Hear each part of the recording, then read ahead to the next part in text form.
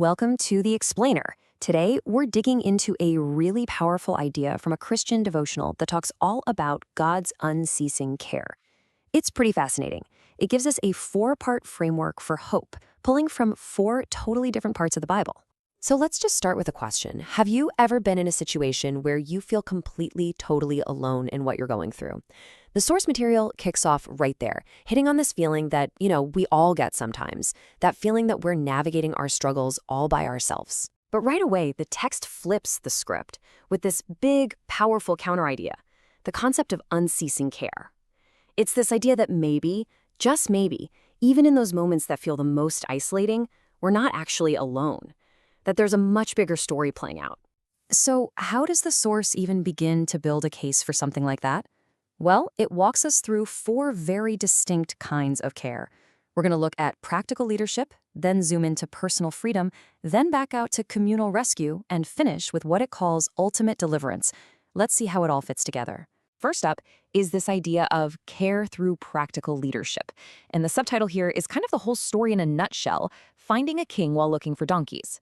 This first point is all about how God's care shows up in the messy, real-world practical needs of an entire community. So the text points us to the story of Saul, and it starts with something so incredibly ordinary. I mean, his dad tells him to go find the family's lost donkeys, a totally mundane chore.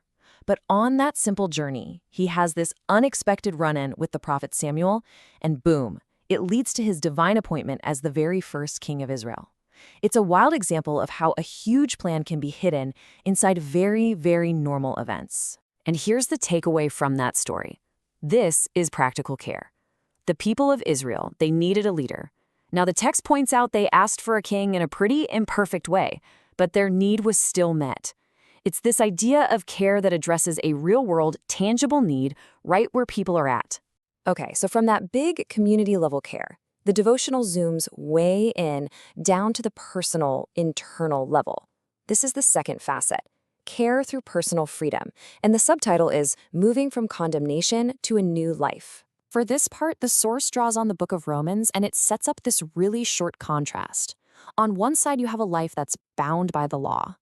It says this way of life points out what's wrong, but it can also lead to this feeling of condemnation. It calls it an old way of being. But then on the other side, you've got a life freed by the Spirit, which is all about being released from that old way so you can serve in a totally new way. And you can see this idea perfectly in the verse itself. Now we are released from the law so that we serve in the new way of the Spirit. So according to this reading, a huge part of God's care is personal. It's about this internal liberation, freedom from a deep inner struggle. All right, so we've seen the big community picture and the close-up individual one.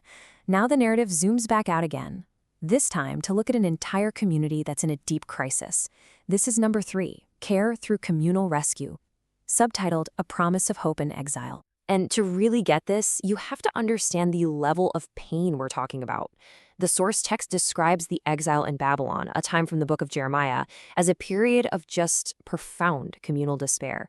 These people had been ripped from their homes, and they felt completely hopeless, totally abandoned. But right into the middle of that hopelessness, the devotional points to this incredible promise from Jeremiah. And the key idea here is that even in what looks like a moment of judgment, the text says there is still a plan for rescue.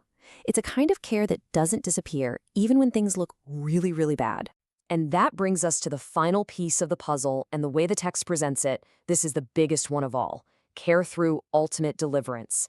The subtitle really sets the stage, from the depths of forsakenness to universal hope. So where does it start? It starts at what feels like rock bottom, with this raw, iconic cry of anguish from Psalm 22.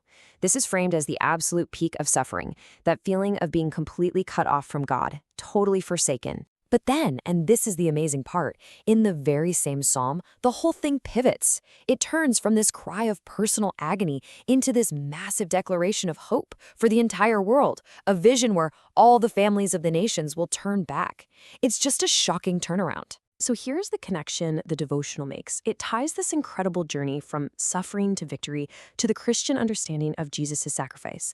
The argument is that this is the ultimate expression of care, a victory for everyone that was won through the deepest suffering imaginable, a deliverance that stretches to all of humanity. Okay, so let's pull all 4 of these threads together and look at the key takeaway. what the devotional calls a truly comprehensive picture of care. What this source has laid out for us is this four-part argument for unceasing care. It's practical, showing up in real-world needs like leadership. It's personal, freeing us from our internal struggles. It's communal, rescuing a whole people from despair.